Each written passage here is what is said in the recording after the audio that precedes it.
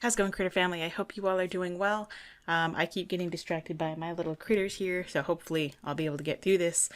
We're going over somebody new today. Valor Canine Academy, Obedience, Rehabilitation, and Protection. This video is called Havoc German Shepherd Rehabilitation Training, BAR, Boise, Idaho Dog Training. That's what that little line in there is called. It's a BAR. And I say that because I'm a fan of Zachary and Michael. If you know, you know.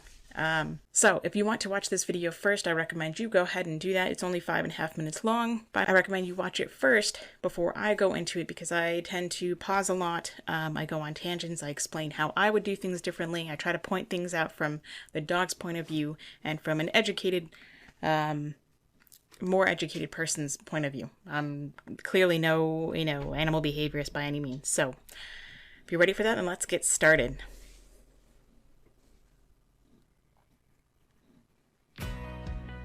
3-year-old German Shepherd from Washington.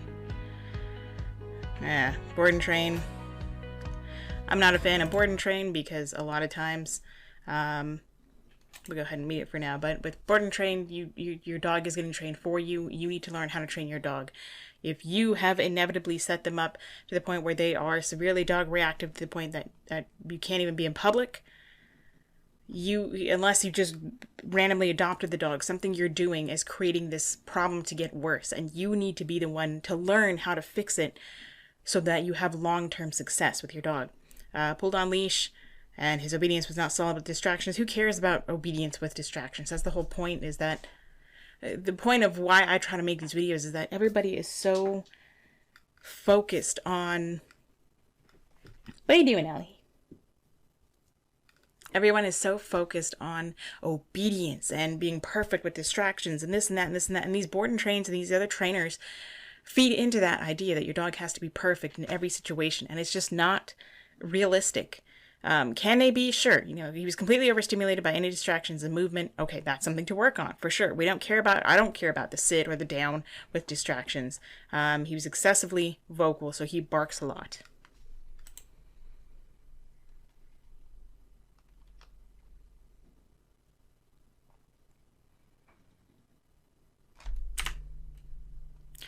Leash reactivity, most common, shock collar, stress, panting, muzzle on a dog. I'm sure he's forced to be there, just like this dog is forced to be there too. Leash reactivity most commonly stems from lack of confidence and the absence of leadership. No, it does not. That's absolute baloney. This person is making this up on their own. They say from the absence of leadership, structure, and engagement. So building all four of these are key in resolving reactivity. No, okay. Part of it can be from confidence, absolutely. They have a lack of confidence. Absence of leadership, baloney. Absence of structure, not necessarily. Engagement, sure. But leash reactivity stems from dogs' natural instinct to pull when they feel pressure on their body. So whether that's a collar, which is most likely going to cause them to pull because it's pressure around their throat, it's called the opposition reflex. He's also got this little flap hanging out over this dog's eye. I would tuck that in so it's not hitting him in the eye. What are you doing, Ellie? Both dogs are showing stress. I do like that he has a basket muzzle, but I know I go down a bunch of rabbit holes. But eventually I get back to the point I'm trying to make. That leash reactivity stems from pressure on the throat. They feel like something's trying to hurt them. They feel trapped. They're nervous. They go into fight or flight. That has nothing to do with your stinking leadership or necessarily your structure of life and whether you're militant or not. Engagement can help. But it also has to do with, has your dog been attacked on leash before? Are they used to meeting dogs off leash and now they are frustrated being on leash and seeing another dog off leash? Sorry, Ellie's crawling around over here. Your dog, you can be the Caesar Milan leader all you want to. That's not going to fix your dog's reactivity. It's just going to punish it. It's just going to suppress it until your dog eventually blows up one day, which is going to be very dangerous. So leash reactivity can stem from a number of things. It's not just 4 things, and they say commonly stems from these 4 things. It doesn't mean diddly squat.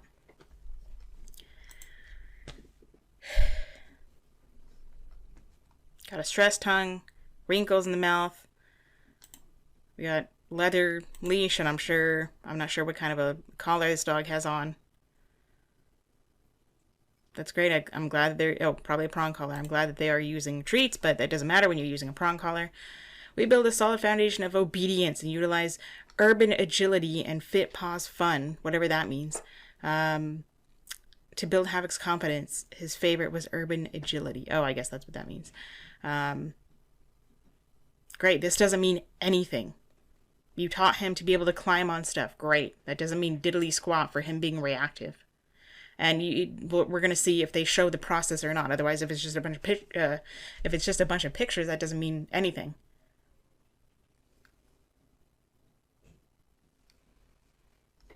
Utilize a muzzle for safety. There's a bunch of other strange dogs here. To socialize Havoc with balanced and neutral dogs. Okay, are they actually balanced and neutral? To build his overall confidence around his trigger of reactivity. It would be better if he was on this tiny little slip lead around his neck, so that way, and in the muzzle, it's not even fair that he has the muzzle and the other dogs don't. If I'm going to have him meeting another dog, one, he's going to be off leash, and everybody's muzzled and conditioned to a muzzle for safety, or nobody's going to be muzzled. I'm not going to have the odd man out and then have him on leash, because that's how you get leash reactivity, because you have other dogs up there. They scare him. He wants to react. Now he can't react because he has a muzzle on. So it's like if I put you in your greatest fear and I handcuff you and tie your mouth and take away your ability to run, because he's on leash, and it's right up here where it's really sensitive, right around the neck, right behind the skull, lots of pressure points, lots of sensitivity. Not to mention the salivary glands, the thyroid glands, the trachea, blood flow, arteries, lots of sensitive area right here. So this person is just using compulsion to train this dog, or if you want to call it balanced methods, it's not balanced at all. It's just compulsion, in my opinion. Old school yank and crank type methods, and they're just forcing and flooding this dog to be okay with these other dogs, because I guarantee if this dog tried to snap at them to say, hey, back off, which is normal dog language, they would get a correction. And this person has it high up, has the tiny little slip lead really high up, so that way you get the most correction with the least amount of pressure, the least amount of power. A little bit of a pop causes that much more pressure. So this isn't doing anything but suppressing this dog's behavior. Again, muzzle forcing, flooding this dog. We don't know how long they've been working with them. Once Havoc and this is 2 weeks. You're not going to fix this in 2 weeks unless you use flooding and compulsive techniques. It's not about fixing it. It's about improving your dog's lifestyle, and it's about managing. So he says, once Havoc had a solid foundation of obedience, I don't care about obedience. That's all they care about. They think they see an obedient dog. Everybody thinks, oh, you see a dog laying down and sitting down and healing and this and that and coming when called, and that means that you have a perfect dog. No, it just means that they know how to follow cues, or in this case, probably commands. It doesn't mean that they're going to be comfortable with other dogs. This is flooding. I can't tell what kind of a leash he has on him, or if he has another collar on him. He has this slip lead. The dog is staying here because he's afraid, very squinty eyes, very stressed out. He is afraid of the correction that will follow if he gets up. So this person says he has a solid foundation of obedience. We began proofing and generalizing his obedience and manners around various dogs. The other part of reactivity can be barrier reactivity. Leash and barrier reactivity are very, very common with dogs because they are frustrated that they can't get to the other dog. There's a fence here. They have a false sense of security. They can get, injured in either one of these, or these can cause pain, specifically if they're on a leash, and it causes pain and it's tightening and it hurts them, and they think the other dog is somehow doing it, or they correlate or associate the other dog with the pain, along with the pain. So it's all just a negative association. This is pointless. Absolutely pointless. I mean, I can get any dog to do this, to you. Lip leg, whale eyes. I can make any dog do this. But it's absolutely pointless. It's very squinty eyes. This dog is very, very nervous. And it probably does have an e-collar on, a shock collar. Again, forcing them to be down in the water. That's not impressive. Shock collar. None of this is impressive. Slip lead, shock collar, muzzle, You're just flooding this dog. This does not do anything. This poor dog. Oh, geez, Louise. He barked and they popped him. And we don't know if the person behind the camera is also using the shock collar or not, too. Flooding, flooding, flooding, flooding, flooding. Hackles up.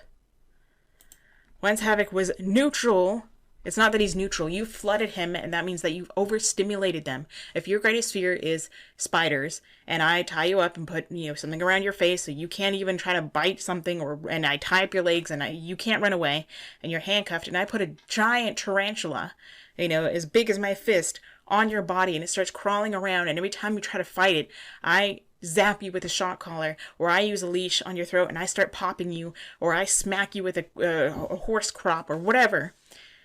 You're just going to become so desensitized, so overstimulated that you just give up. It's called learned helplessness. So he says neutral and engaged. I call it learned helplessness.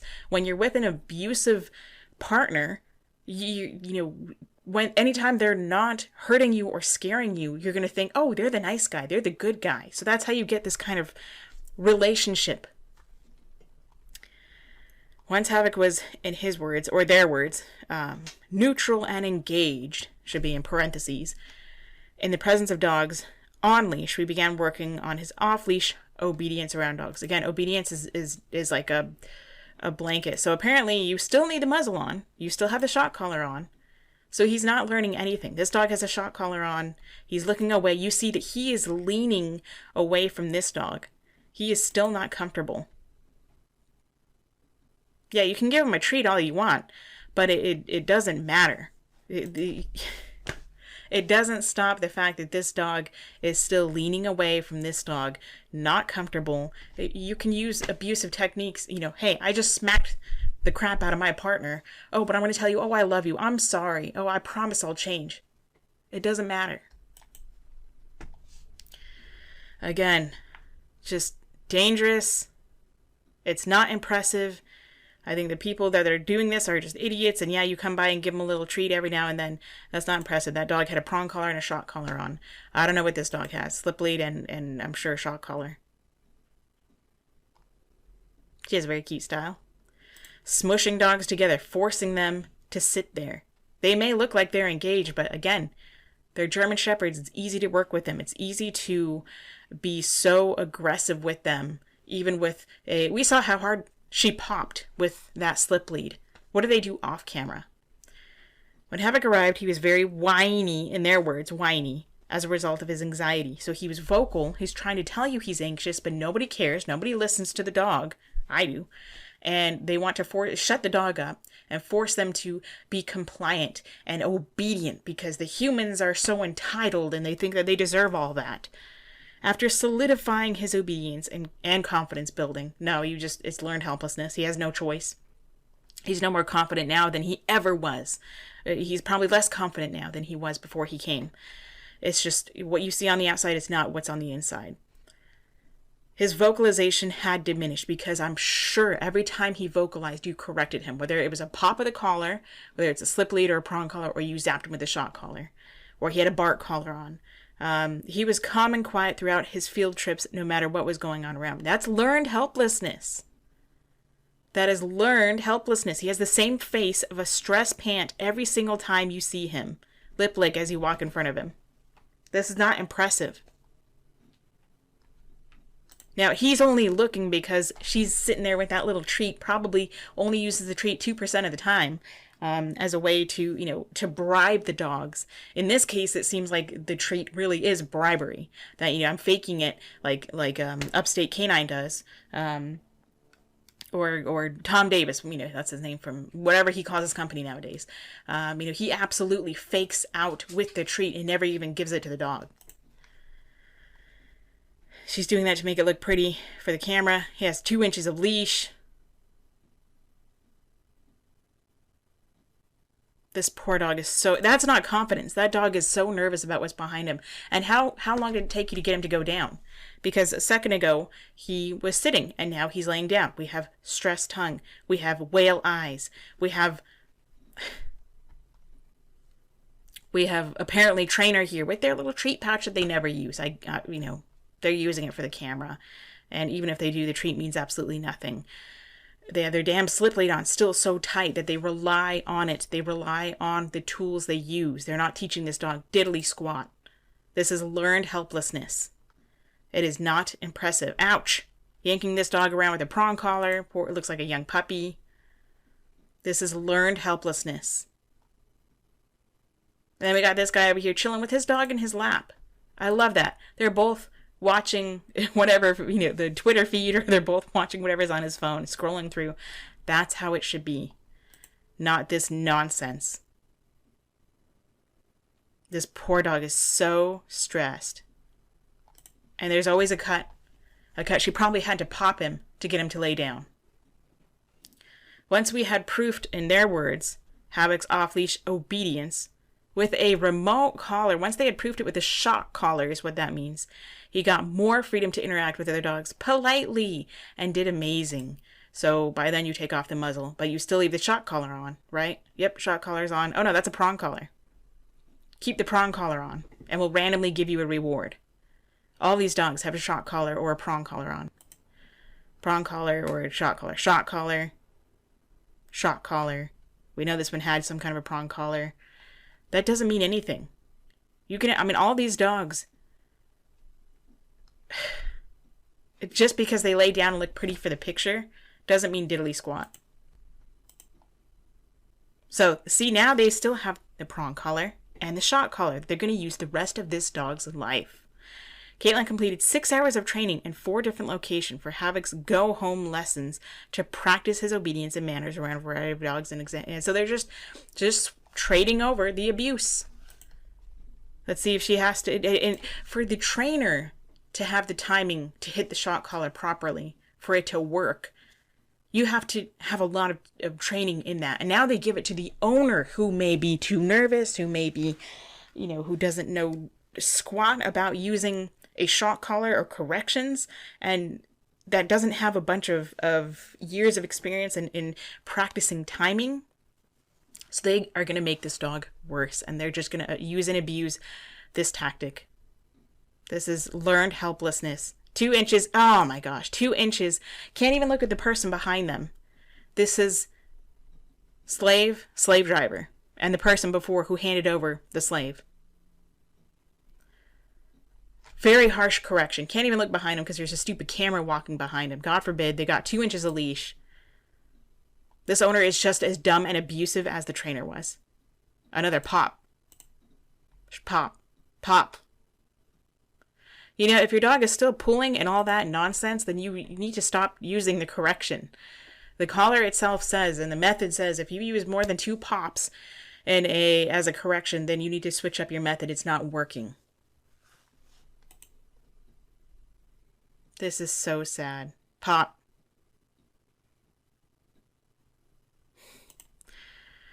The dog was doing perfectly fine in any of those settings, but the human wasn't. So, okay. We then progressed to public places with difficult challenges like the pet store. 2 dogs were barking at Havoc as they checked out, and Havoc remained engaged and calm. Abusive relationship. Following her leadership, following her abusive techniques that you taught her, teaching her. It's just the damn remote's right there. It's fear. Look at that whale eye. Stockholm syndrome. Learned helplessness. This poor dog.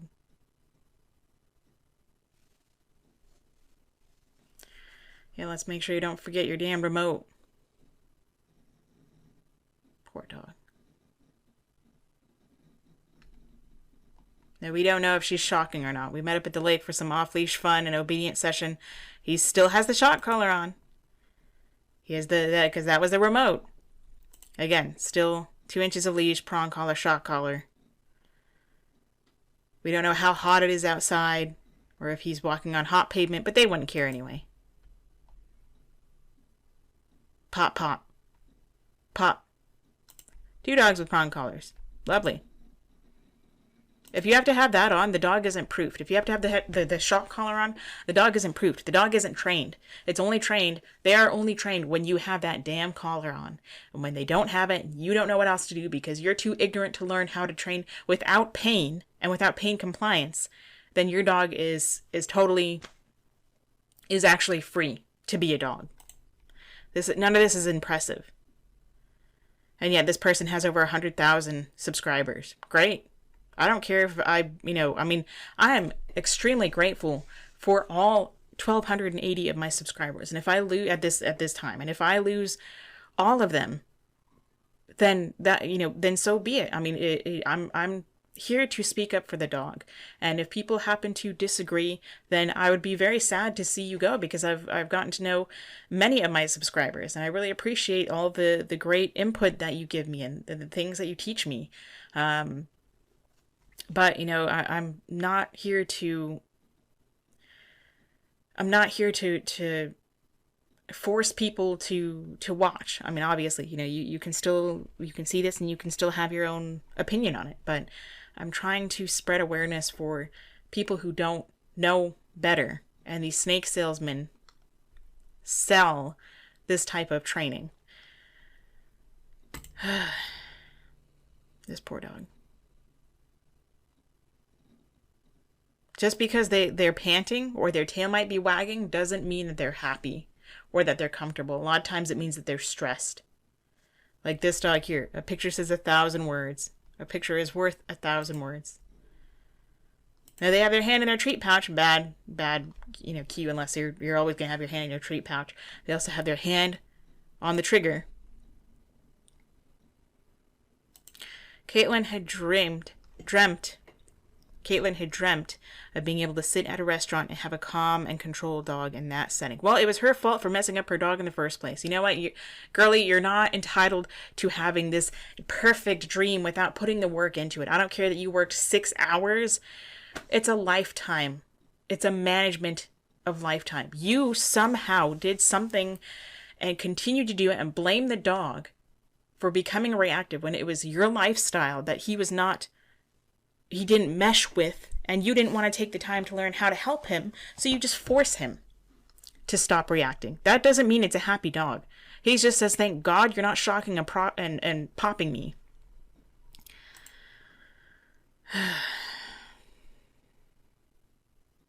This is sad. Doing that to cover the prong and shock collar. So, alright, that's that. That's this video. This poor dog, I feel so bad for him.